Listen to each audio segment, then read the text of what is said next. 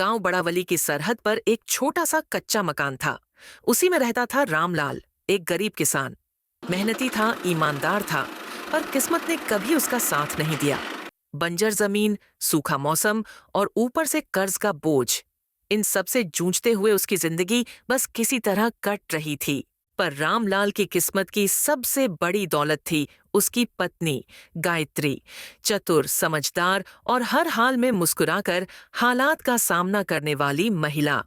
सुबह का समय, रामलाल खेत से थका हारा लौट रहा है। गायत्री, लगता है इस बार भी खेत कुछ नहीं देगा। बीज डाला था पर बारिश नहीं हुई। अब साहूकार के पैसे कैसे लौटाऊं? घबराओ मत रामलाल जी, जब तक हम साथ हैं कोई भी तूफान हमें तोड़ नहीं सकता। लेकिन कैसे? साहूकार रामदान कल फिर आया था धमकी देने।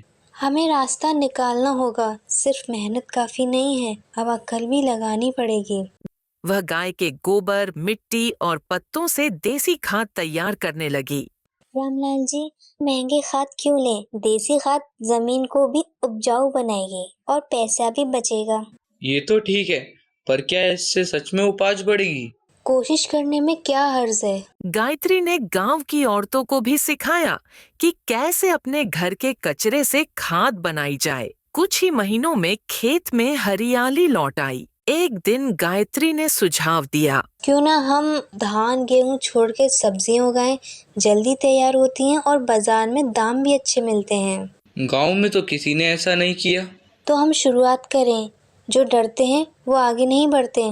गायत्री ने गांव की अन्य गरीब महिलाओं को भी जोड़ा। उन्होंने सावित्री महिला स्वयं सहायता समूह बनाया। इस समूह में वे अचार, पापड़ और देसी खाद्य उत्पाद बनाकर बेचने लगीं। इससे न केवल उनकी आमदनी बढ़ी, बल्कि गांव की महिलाओं में आत्मविश्वास भी आया।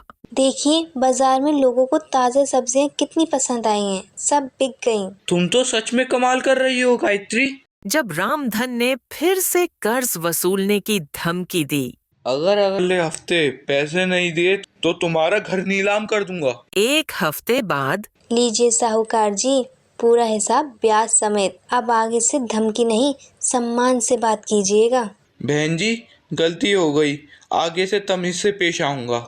अब रामलाल और गायत्री का परिवार न सिर्फ आत्मनिर्भर था, बल्कि दूसरों के लिए प्रेरणा भी बन गया। गांव के मुखिया, गायत्री बहू ने जो कर दिखाया वो काबिले तारीफ है।